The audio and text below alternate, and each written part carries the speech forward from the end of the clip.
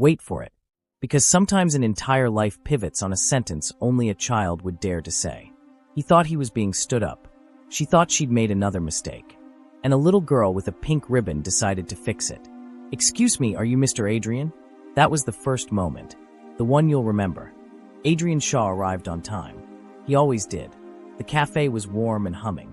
Candles flickering in mason jars. Rain pecking gently at the window. He checked his watch, then the empty chair across from him. He signaled for the check. "Another water?" the waiter asked. "Sure," Adrian said. "And maybe the check." He told himself 5 more minutes. Then he heard it. Small footsteps weaving between tables, purposeful and light. A little girl, no more than 4, stopped beside him and folded her hands. "Excuse me, are you Mr. Adrian?" Adrian blinked. "I am. And you are?" "I'm Lily," she said seriously. "My mommy says she's sorry she's late. She's parking the car and hopes you didn't leave." Annoyance evaporated from Adrian's face like steam from a cup. "Well, I didn't leave," he said, smiling despite himself. Lily considered the empty chair, then climbed into it. "Mommy says I shouldn't talk to strangers," she announced, "but you're her friend, so it's okay." She tilted her head, curious. "Also, are you going to marry my mommy?" Adrian nearly choked on his water. "I what?" Before he could recover, a young woman rushed in.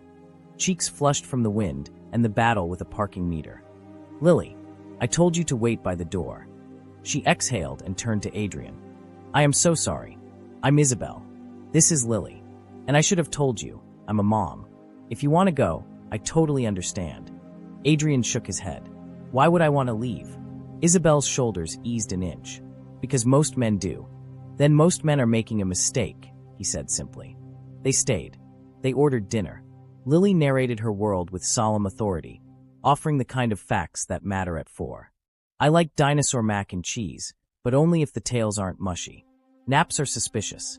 Mommy's pancakes are the best, except sometimes the first one is a practice pancake."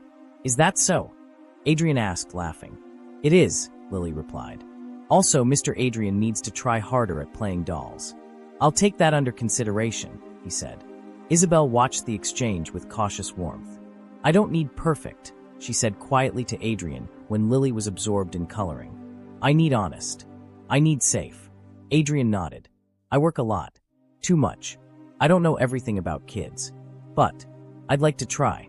The first yes, unspoken, sat between them like another candle.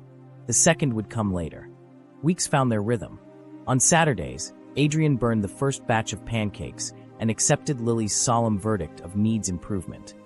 At Zilker, he pushed Lily on the swings, jacket off. Laugh real. In the pharmacy aisle at 11 p.m., he FaceTimed Isabel. "Just confirming the dosage," he said, peering at the label. In their living room, Lily placed a tiara on his head. The phone buzzed with a work call. He let it ring out.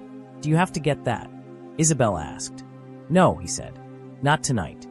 He wasn't replacing anyone. He was adding. There's a difference a child can feel. Then came the first crack. The startup landed a national contract, the kind that looks like a miracle and eats like a fire.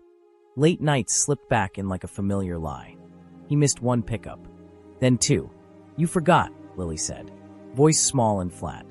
Adrian arrived with flowers, guilt heavy in his hands. "I messed up. I'm sorry." "Flowers don't sign permission slips," Isabel said, not unkindly, just tired. "I can't ask you to choose us over your company.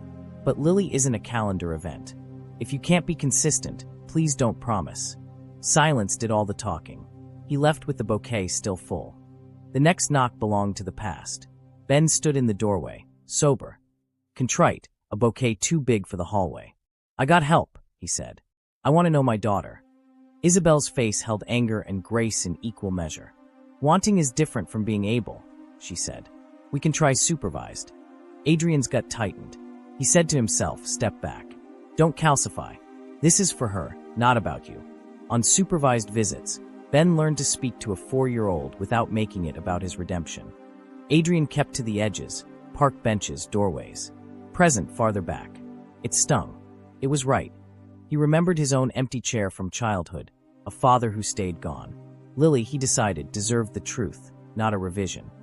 The line snapped taut on a quiet afternoon. During Ben's 3rd visit, Lily flushed hot. The thermometer beeped high. Panic clawed at Ben's throat. He stared at the fridge. Emergency numbers. Adrian's name highlighted. Ben called. "I don't know what to do." "I'm on my way," Adrian said, already running. He arrived soaked through, steady as a metronome.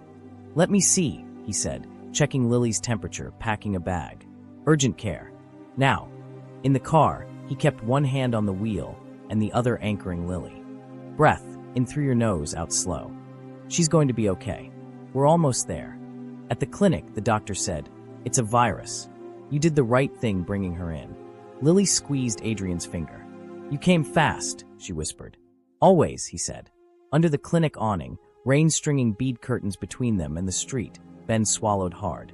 "I wanted to erase what I did," he said. "But she reached for you. You're the dad she knows." Adrian didn't gloat. "Keep showing up," he said softly. "That's the whole job." Isabel arrived. Relief washed her face. She squeezed Adrian's hand. "Thank you," she said. "I see you." That night, Adrian opened his laptop and stared at the contract that had been eating his life. He wrote the boldest email of his career. "We win by not breaking people," he typed. "No more heroics that cost lives at home." Investors balked. He didn't blink. The company bent. It did not break. Staff began leaving at humane hours. Adrian poured tea with a tiara on his head. Pancakes flipped golden. Lily upgraded him from needs improvement to getting better. "You didn't choose us over your life," Isabel told him one evening, watching Lily fall asleep against his shoulder. "You chose a life that includes us." "The best things in life aren't things," he said. A year after the night of the empty chair, they returned to the same cafe. The waiter tried not to smile. The candle by the window burned like a small sun. Adrian knelt to Lily first. "I want to ask your mommy to marry me," he said. "If she says yes, that means I get to be your family too. Is that okay with you?" Lily considered. "Will you be my daddy?" "If you want me to be," he said. "I'm not replacing anyone. I'm adding. I love your mommy. I love you. And I will keep showing up." "Okay," Lily decided. "But pancakes and dolls still need work. And sometimes you have to wear the tiara." "Deal," Adrian said. He turned to Isabel. "You and Lily taught me the best things in life aren't things," he said. "They're people.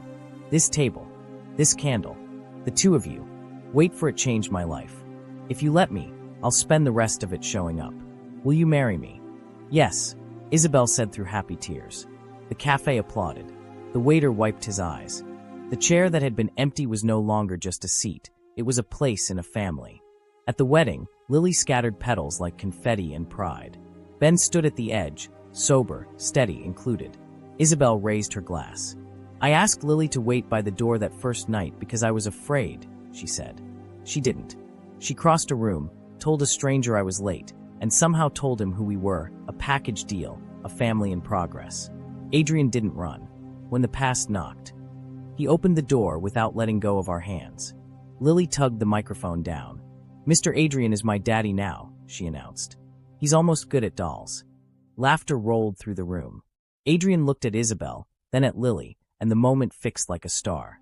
Sometimes love arrives late. Sometimes it asks you to wait for it. Through parking meters that won't cooperate, through old doors opening, through the quiet work of learning how to stay.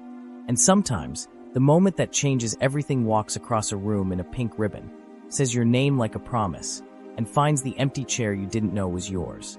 If this reminds you that the best things in life aren't things, tell someone you love them, and keep showing up.